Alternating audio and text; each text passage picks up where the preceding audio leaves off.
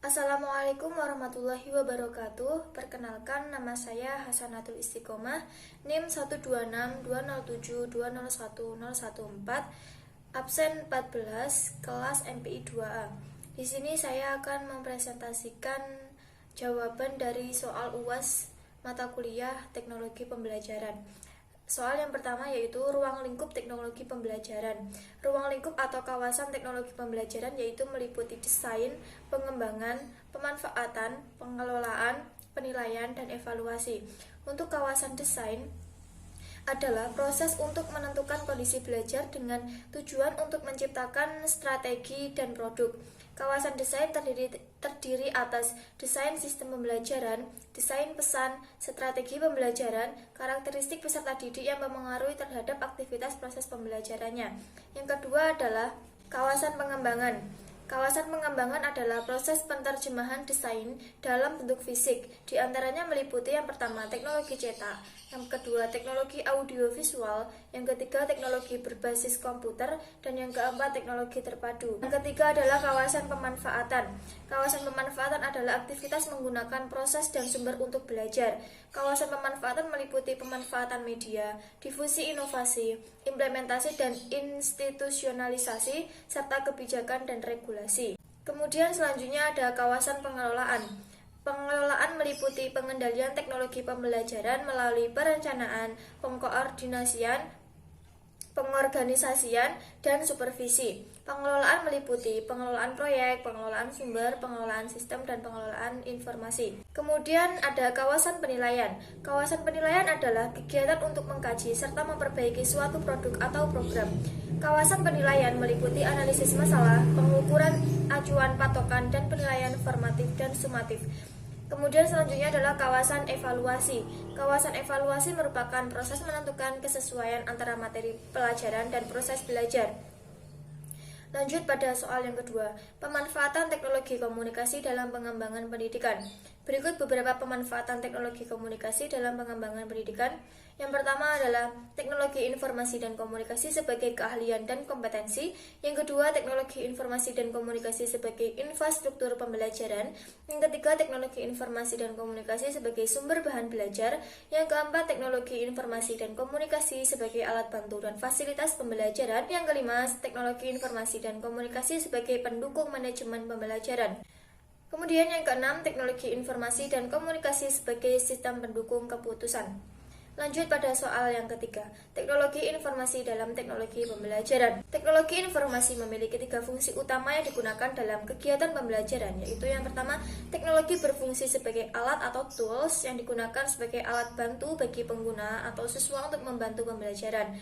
Yang kedua, teknologi informasi sebagai ilmu pengetahuan. Teknologi informasi sebagai bagian dari disiplin ilmu yang harus dikuasai oleh siswa. Yang ketiga, teknologi informasi berfungsi sebagai bahan dan alat bantu untuk menguasai sebuah kompetensi berbantuan komputer. Sebagai bagian dari pembelajaran teknologi informasi memiliki 3 kedudukan, yaitu sebagai suplemen, komplement, dan substitusi. Pada peran tambahan atau suplemen, apabila peserta didik mempunyai kebebasan memilih apakah akan memanfaatkan materi pembelajaran melalui teknologi informasi ataukah tidak. Kemudian pada peran pelengkap atau komplement, apabila materi pembelajaran melalui teknologi informasi diprogramkan untuk melengkapi materi pembelajaran yang diterima peserta didik di dalam kelas. Kemudian peran pengganti atau substitusi dengan memberikan beberapa alternatif model kegiatan pembelajaran kepada para siswa yang tujuannya adalah untuk membantu mempermudah para siswa mengelola kegiatan pembelajarannya. Kemudian ada manfaat teknologi informasi dalam dunia pendidikan. Yang pertama, meningkatkan kualitas pendidikan. Yang kedua, media pendukung pelajaran. Yang ketiga, sarana mendapat informasi. Yang keempat, media belajar tanpa batasan. Kemudian apa sih contoh pemanfaatan teknologi informasi dalam teknologi pembelajaran itu? Yang pertama adalah pembelajaran berbasis komputer. Yang kedua, e-learning. Yang ketiga, blended learning. Yang keempat, perpustakaan digital. Dan yang kelima, penggunaan alat pendukung KPM. Lanjut pada soal keempat, pengembangan media berbasis visual, audio, dan audiovisual pada pembelajaran. Yang pertama adalah pengembangan media berbasis visual pada pembelajaran. Visualisasi pesan, informasi, atau konsep yang ingin disampaikan kepada siswa dapat dikembangkan dalam berbagai bentuk seperti foto, gambar, sketsa, bagan, dan lain-lain. Kemudian pada pengembangan media berbasis audio pada pembelajaran, pengembangan media audio meliputi kegiatan perencanaan, produksi, dan evaluasi.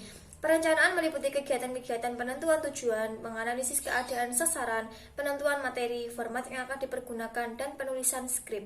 Sedangkan produksi adalah kegiatan perekaman bahan, sehingga seluruh program yang telah direncanakan dapat direkam di pita suara atau piringan suara. Evaluasi sebagai kegiatan untuk menilai program, apakah program tersebut dapat dipakai atau perlu direvisi kembali. Keterampilan yang dapat dicapai dengan penggunaan media audio meliputi yang pertama pemusatan perhatian dan mempertahankan perhatian, yang kedua mengikuti pengarahan, yang ketiga melatih daya analisis, yang keempat menentukan arti dari konteks, yang kelima memilah-milah informasi atau gagasan yang relevan dan yang tidak relevan, dan yang keenam adalah merangkum, mengemukakan kembali atau mengingat kembali informasi. Langkah-langkah dalam menyajikan materi audio yaitu yang pertama mempersiapkan diri, yang kedua membangkitkan kesiapan siswa, yang ketiga mendengarkan materi audio, yang keempat diskusi materi program audio, dan yang kelima menindaklanjuti program. Pengembangan media audio dalam pendidikan, yang pertama media rekaman dalam pendidikan. Pesan dan isi pelajaran dapat direkam pada tape magnetik sehingga hasil rekaman itu dapat diputar kembali pada saat yang diinginkan. Pesan dan isi pelajaran itu dimaksudkan untuk merangsang pikiran, perasaan, perhatian, dan kemauan siswa sebagai upaya mendukung terjadinya proses belajar. Pengembangan media berbasis audio visual pada pembelajaran. Karakteristik video pembelajaran yaitu kejelasan pesan, berdiri sendiri, akrab dengan pemakainya. Representasi isi materi harus benar-benar representatif, visualisasi dengan media, materi dikemas secara multimedia terdapat dalam teks, animasi, sound, dan video sesuai tuntutan materi. Materi-materi yang digunakan bersifat aplikatif, berproses, sulit terjangkau, berbahaya apabila langsung dipraktekkan, dan memiliki tingkat keakurasian tinggi. Menggunakan kualitas resolusi yang tinggi, tampilan berupa grafis media video dibuat dengan teknologi rekayasa digital dengan resolusi tinggi. Dapat digunakan secara klasikal dan individual. Kegunaan media pembelajaran berbasis audiovisual yaitu mengatasi keterbatasan pengalaman yang dimiliki siswa, melampaui batasan ruang dan waktu, memungkinkan terjadinya interaksi langsung antara anak didik dengan lingkungannya. Fungsi media audio visual yaitu yang pertama mempermudah orang menyampaikan dan menerima pelajaran atau informasi serta dapat menghindari salah pengertian. Yang kedua mendorong keinginan untuk mengetahui lebih banyak, dan yang ketiga mengagalkan pengertian yang didapat. Kemudian lanjut pada soal yang kelima adalah pengembangan media berbasis komputer dan Microsoft PowerPoint pada pembelajaran. Pengembangan media berbasis komputer pada pembelajaran.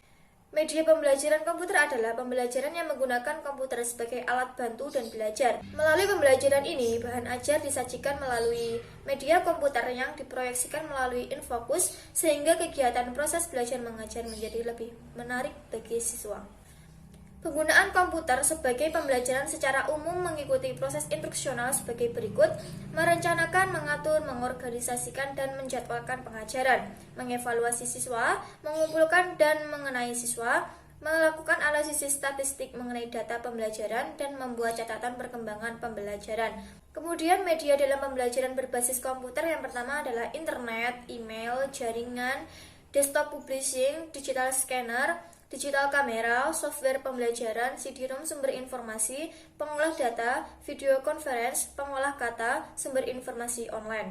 Prinsip-prinsip dalam pembelajaran berbasis komputer adalah aktif, konstruktif, kolaboratif, antusiastik, dialogis, konstektual, reflektif, multisensori, high order thinking skill training. Kemudian manfaat pengembangan media pembelajaran berbasis komputer adalah yang pertama, bahan pengajaran akan lebih jelas maknanya sehingga lebih mudah dipahami oleh siswa. Yang kedua, metode pengajar akan lebih bervariasi, tidak semata-mata komunikasi verbal melalui penuturan kata-kata oleh guru. Yang ketiga, siswa lebih banyak melakukan kegiatan belajar. Dan yang keempat, pelajaran akan lebih menarik siswa sehingga akan meningkatkan motivasi belajar. Pengembangan media berbasis Microsoft PowerPoint pada pembelajaran. Fungsi media Microsoft PowerPoint pada pembelajaran yang pertama, membuat bahan dan proses presentasi menjadi lebih mudah. Hal ini karena bahan dalam Microsoft PowerPoint dibuat dalam bentuk slide ke slide. Yang kedua, Microsoft PowerPoint juga menyediakan berbagai fitur yang memudahkan pengguna dalam memasukkan gambar ataupun video dalam bahan presentasinya, sehingga membuat tampilan jadi semakin menarik dan tampak hidup. Yang ketiga, Microsoft PowerPoint menyimpan materinya dalam bentuk soft copy. Tentu saja ini mempermudah pengguna dalam mengakses ataupun membagikan materi yang akan telah disampaikan. Yang keempat, mengatasi keterbatasan ruang, waktu, dan daya tangkap indera. Yang kelima, memusatkan perhatian siswa sehingga dapat menimbulkan motivasi belajar. Yang keenam, memperjelas penyajian pesan sehingga tidak terlalu verbalistis atau dalam bentuk kata-kata, lisan dan tertulis saja. Kemajuan teknologi dalam pengembangan media pembelajaran yang berbasis teknologi. Yang ketujuh, mempermudah siswa dalam menerima materi dari pengajar karena dengan menggunakan PowerPoint, materi lebih tertata rapi dan lebih menarik. Kemudian yang kedelapan adalah meningkatkan kemampuan siswa dalam berpresentasi karena kemudahan fitur yang ada. Cara mengembangkan media Microsoft PowerPoint pada pembelajaran, yang pertama adalah penggunaan PowerPoint disesuaikan dengan kompetensi dasar yang akan diajarkan dalam pembelajaran di kelas. Yang kedua, membuat PowerPoint memperhatikan karakter belajar dan kemampuan pembelajar. Yang ketiga, tampilan PowerPoint hendaknya sederhana dan tidak terlalu banyak warna. Yang keempat, menggunakan media Microsoft PowerPoint sebagai media pembelajaran sehari-hari dalam segala mata pelajaran. Yang kelima, diadakannya pengenalan terhadap media Microsoft PowerPoint agar peserta didik lebih mengenal media ini dan diimplementasikan dalam kegiatan belajar. Yang keenam, peserta didik dibiarkan untuk berkreasi dalam belajar dengan menggunakan media Microsoft PowerPoint. Pemanfaatan media Microsoft PowerPoint dalam pembelajaran. PowerPoint dapat digunakan melalui beberapa tipe penggunaan, yaitu yang pertama, personal presentation. Pada penyajian ini, PowerPoint digunakan sebagai alat bantu bagi pendidik untuk presentasi menyampaikan materi pelajaran kepada peserta didik dengan bantuan media PowerPoint. Yang kedua, stand alone.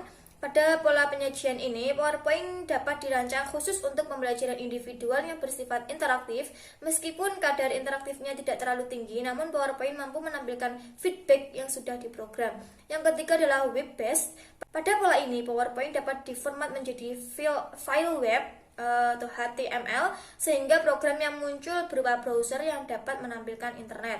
Lanjut pada soal yang keenam adalah penggunaan media berbasis internet pada pembelajaran. Aplikasi internet untuk pembelajaran itu seperti Savima Edline, Moodle, Google Classroom, Edmodo, dan Schoology. Pemanfaatan internet dalam media pembelajaran. Yang pertama, untuk meningkatkan wawasan dan pengetahuan. Yang kedua, sebagai sarana bertukar sumber dan informasi dengan teman. Yang ketiga, sebagai sarana untuk bekerja sama. Yang keempat, sebagai sarana untuk berpartisipasi dalam kegiatan-kegiatan pendidikan. Dan yang kelima, sebagai sumber dan bahan ajar dan belajar. Internet merupakan sumber data utama dan pengetahuan.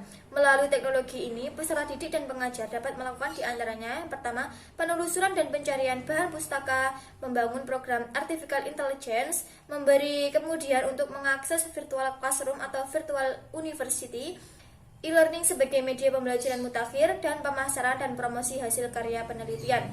Sumber daya internet yang pertama adalah email. Email ini digunakan untuk melakukan pertukaran surat elektronis. Yang kedua adalah newsgroup, forum diskusi. Yang ketiga, mailing list, kelompok diskusi dengan menggunakan surat elektronis. Yang keempat, IRC, fasilitas yang memungkinkan pemakaian melakukan dialog dalam bentuk bahasa tertulis secara interaktif. Kemudian yang kelima adalah telnet, fasilitas yang memungkinkan pemakaian melakukan koneksi login ke suatu sistem komputer. Yang keenam adalah FTP atau File Transfer Protocol, sarana untuk melakukan transfer berkas dari komputer lokal ke suatu komputer lain atau sebaliknya. Yang ketujuh adalah Gopher, perangkat yang memungkinkan pemakai untuk menemukan informasi yang terdapat pada server Gopher melalui menu yang bersifat hierarkis. Yang kedelapan adalah Argent, perangkat yang dapat digunakan untuk melakukan pencarian berkas pada situs FTP. Yang kesembilan adalah Veronica, kemampuan tambahan yang dipakai untuk melakukan pencarian pada situs-situs Gopher. Yang kesepuluh adalah WISE, digunakan untuk melakukan pencarian data pada internet yang dilaksanakan dengan menyebutkan nama basis data dan kata kunci yang dicari. Yang ke-11 adalah World Wide Web, sistem yang memungkinkan pengaksesan informasi dalam internet melalui pendekatan hypertext. Itu tadi presentasi dari saya. Sekian, terima kasih. Wassalamualaikum warahmatullahi wabarakatuh.